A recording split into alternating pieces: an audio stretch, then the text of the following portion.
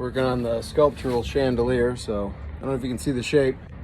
This is often known as the dragon's eye, and there's a connection to Celtic spirituality, specifically Irish spirituality, and the whole thing is a giant triskelion. You can see the loops. There we go. You get the idea. So now what we've got to do is, what I did was I went in and bound it with wire. I'll show you. I bound it with wire here, and then I went in and I fluxed it and I soldered it, and then I added more wire on top of it. It was pretty firm before I added the solder, so that's just a binding element. I don't expect it to be weight bearing at all. It's not really that strong. It is the appropriate solder for it, but it's not like welding. I got all that in there, and so I got a triangle within a triangle, and I'm not going to get 3 in there. It's just not going to happen. But you could assume there's a bigger one. You can imagine. And so we got those all stabilized.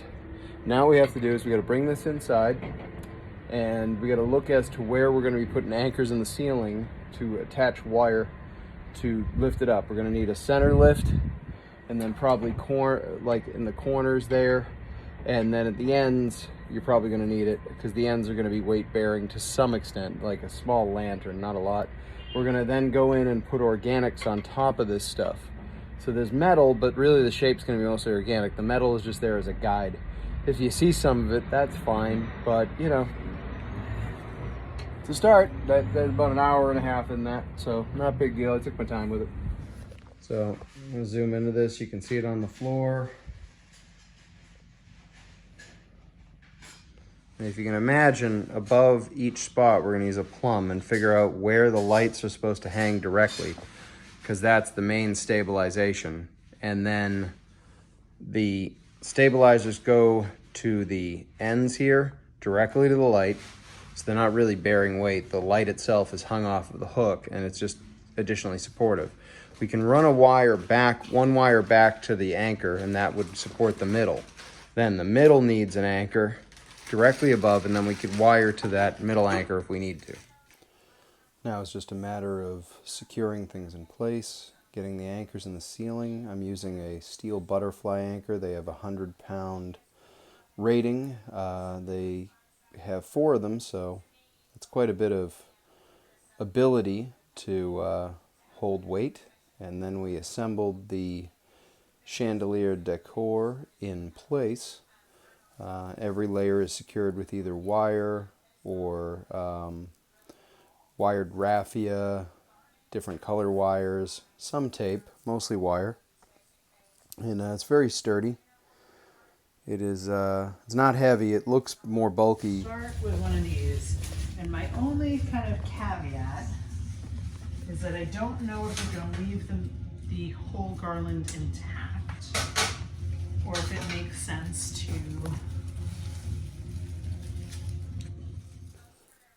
And creation of these things is a mutual process, and it's an ongoing thing. A lot of decisions change, but you work with the flow, and trying to create an atmosphere that is literally a sacred grove, an organic feel. I think we'll be adding more of this element into the studio in the future, but this was kind of a good start, and it turned out great.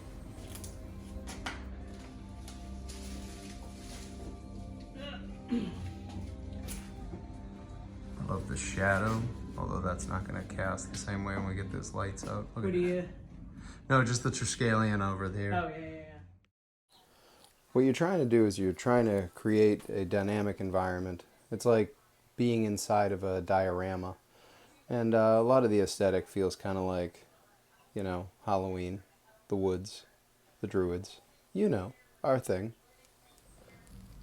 Alright, so we're almost there. Look at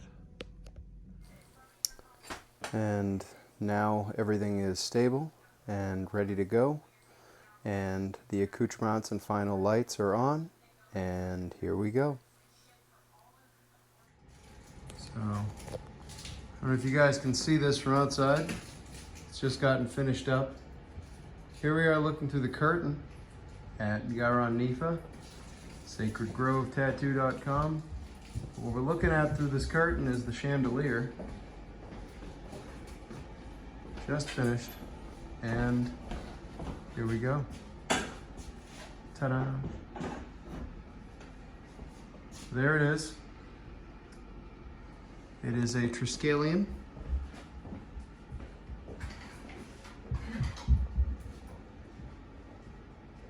And in the middle, it's the dragon's eye. I'm going to back out so you guys can see that shape.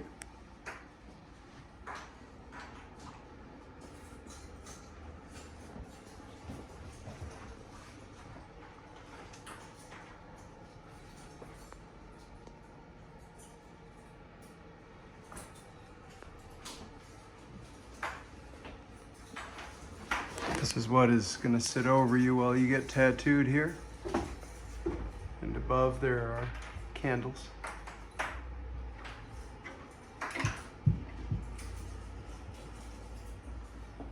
Every single lamp can be lowered over the artist's working space, or kept raised.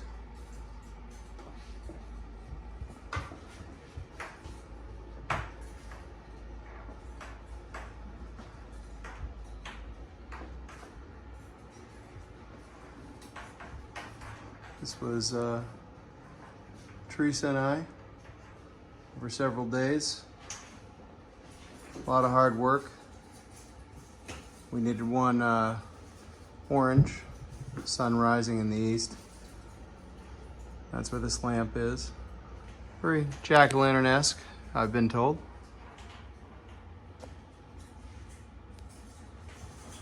Raise this back up. And at this juncture in the game, we are now open and we are accepting new appointments.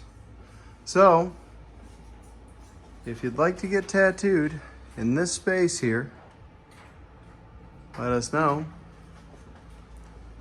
We are doing ritual tattooing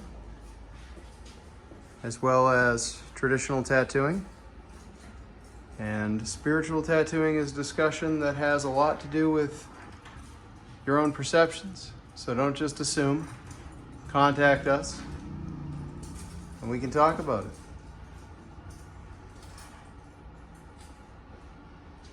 Also, we have some other things on the horizon, but we're not going to mention those just yet.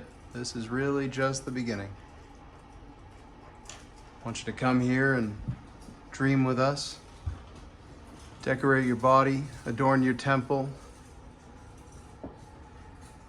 in the sacred grove.